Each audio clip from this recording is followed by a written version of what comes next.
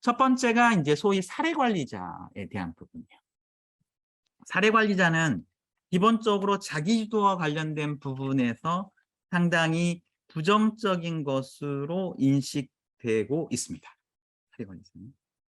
근데 사례 관리자가 자기주도에 대해서 부정적인 이야기를 할 수밖에 없는 것은 부정적인 느낌이 나게 이렇게 진행될 수밖에 없는 것은 여기서 설명하기는 사례 관리자가 가지고 있는 특성 때문이라고 이야기합니다.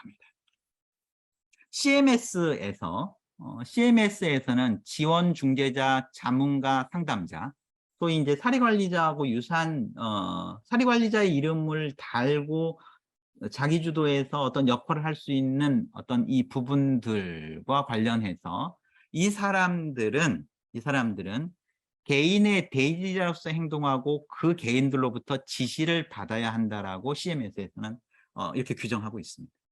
그러니까 이제 꼭 지원 중재자가 사실은 사례 관리자가 되어야 하는 것은 아니지만 사례 관리자가 그러한 역할을 할 수도 있죠.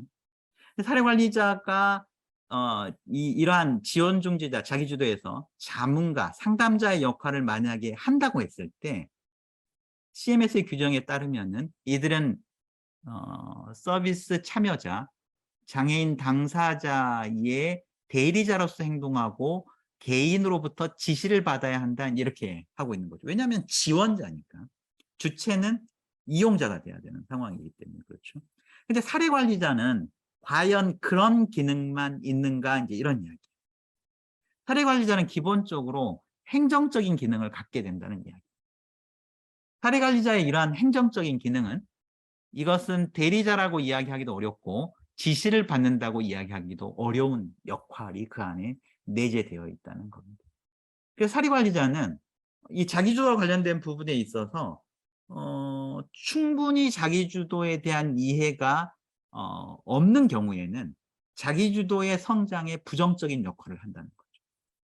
그래서 사례관리, 공적 영역의 사례관리를 하고 있는 사람들을 우리가 어떻게 자기주도에 대해서 충분히 이해하게 만들고 그들의 역할의 본질을 알고 그들이 자기주도에서 어떠한 역할들을 하게 하는가에 따라서 이것들은 걸림돌이 될 수도 있고 또 어떨 때는 또 성장을 지지하는 요인이 될 수도 있다. 이런 측면에서 우리가 이제 봐야 된다. 그러니까 이게 이제 전문가의 소위 국가로부터 위임받은 어떤 권한, 그렇죠? 소위 전문가의 전문가성 이런 것이 하나의 걸림돌이 될 가능성이 있다라는 측면에서 이제 한번 이야기를 해볼 수 있고요. 그 다음에 또 걸림돌이 될 만한 것들에 대해서는 뭐 이제 매니지드 케어 통합 돌봄, 그 다음에 뒤에 이야기가 되고 있는 MCO, 이게 우리나라에서는 지금 뭐 명확하게 있지 않으니까요. 사례 관리를 대행하는 상당히 전문 기관들을 우리가 이제 MCO라고 이야기하는데 여기서 진행하고 있는 매니지드 케어나 통합 돌봄, 이거는 의료 모델을 기반으로 하는 형태이기 때문에 실적으로 여기서 자기주도를 접목시킨다는 것은 만만치 않다. 이제 이런 이야기예요. 근데 간혹 어떤 주들은 이제 여기서 대표적으로 이야기하고 있는 주가 바로 테네시 주입니다. 169쪽에 보시면 지난 앞부분에도 좀 나왔었어요. 테네시 주에서는 이런 자기들이 사례 관리를 위탁할 때에 상당히 구체적인 형태의 계약을 통해서 자기 주도를 제공하도록 MCO에 이야기를 하고 있다. 그러니까 이런 식으로 주가 적극적으로 나서지 않으면 여기에 자기 주도를 접목해요. 그런데 이제 우리나라 상황이 아니니까요. 그다음에 통합 돌봄에 대한 부분도 이건 의료와의 통합 돌봄이죠. 그렇게 됐을 때 이 부분은 사실 우리도 이제 고민이 될 수 있는 부분이죠.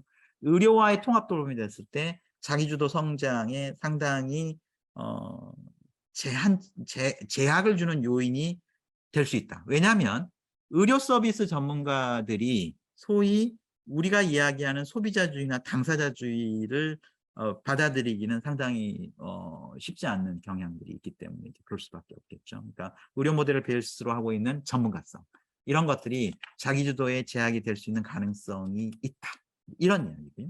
그 다음부터 이야기하는 것은 서비스 제공자들의 노동자성과 관련된 부분이에요. 특히 직접 돌봄을 제공하고 있는 분들의 노동자성과 관련된 부분이죠. 그래서 이제 당연히 여기서도 근로기준법 나오죠. 지금도 활동지원과 관련된 부분에 근로지원법과 관련해서 여러 가지 이제 고민들이 우리도 있는 것이죠. 그래서 이야기하는 것처럼 최저임금을 어디까지 어떻게 적용할 것인가와 관련된 부분들이 이야기되고 있습니다. 그다음에 초과근무에 대한 부분이에요. 여기서 똑같이 이제 문제가 되는 거죠. 이래서 직접 지원인의 이 노동 자체가 경직되고 비용은 올라가는 상황들이 이제 발생하는 거죠. 그래서 여기도 똑같은 이야기가 있죠. 40시간 노동과 관련된 초과근무 수당에 대한 부분은 어떻게 지금까지 예외로 해줬던 것들이 점점 적용이 엄격하게 진행되고 있는 부분들이 나타나고 있습니다. 이게 이제 사실은 노동자성 관련된 부분인데요. 특히 이제 이쪽의 인력들이 점점 늘어나면서 직접 돌봄을 제공하는 사람들의 노조화가 여기서도 이제 제약이 될 수 있다. 이제 이런 이야기인데요. 근데 미국에서는 상당히 이 부분은 많이 정리를 지금 해놓고 있는 것 같다 생각이 드는데요. 보시면은 여기에 이제 매뉴얼이 하나 있습니다. 매뉴얼 가이딩 프린시플 이렇게 이야기해가지고 개인이 자신의 서비스와 지원을 스스로 관리할 때 노조와 급부상하는 직접 지원 근로자 사이의 파트너십을 어떻게 가져갈 것인가에 대한 원리를 양쪽이 합의해가지고 정리해 놓은 내용이 있습니다. 그러니까 이미 노조하고 그다음에 그러니까 직접 지원 노동자, 돌봄 노동자하고 장애인 인권 옹호자들, 그렇죠?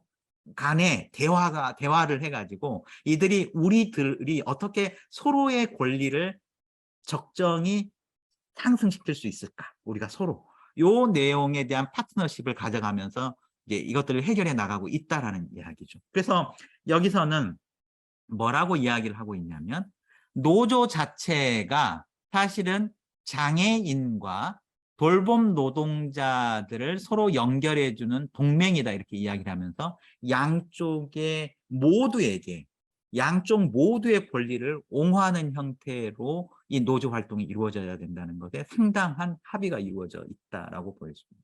이제 이런 식으로 이제 풀어간다는 거죠. 근데 이게 풀리지 않으면은 상당히 또 걸림돌이 될 수 있는 부분이다. 이런. 그래서 이제 오늘 내용을 정리를 해보면 제 생각에 자기 주도는 혹은 개인 예산은 앞으로 서비스 전달 체계의 판을 바꿀 것이다. 이제 2008년도에 미국의 오피니언 리더 61%가 이야기했던 내용인데요. 그 부분이 우리나라도 향후에 아마 곧 그런 이제 입장들이 나오지 않을까 이런 생각인데 그 이유는 인구학적 특성 때문에. 근데 돌봄의 양이 많아져서 효율성이 필요하다는 일반적인 이야기 외에 더 중요한 것은 돌봄을 제공할 사람들이 태부족일 것이다. 이런 이야기인 거고요. 그럴 때에 자기주도 형태로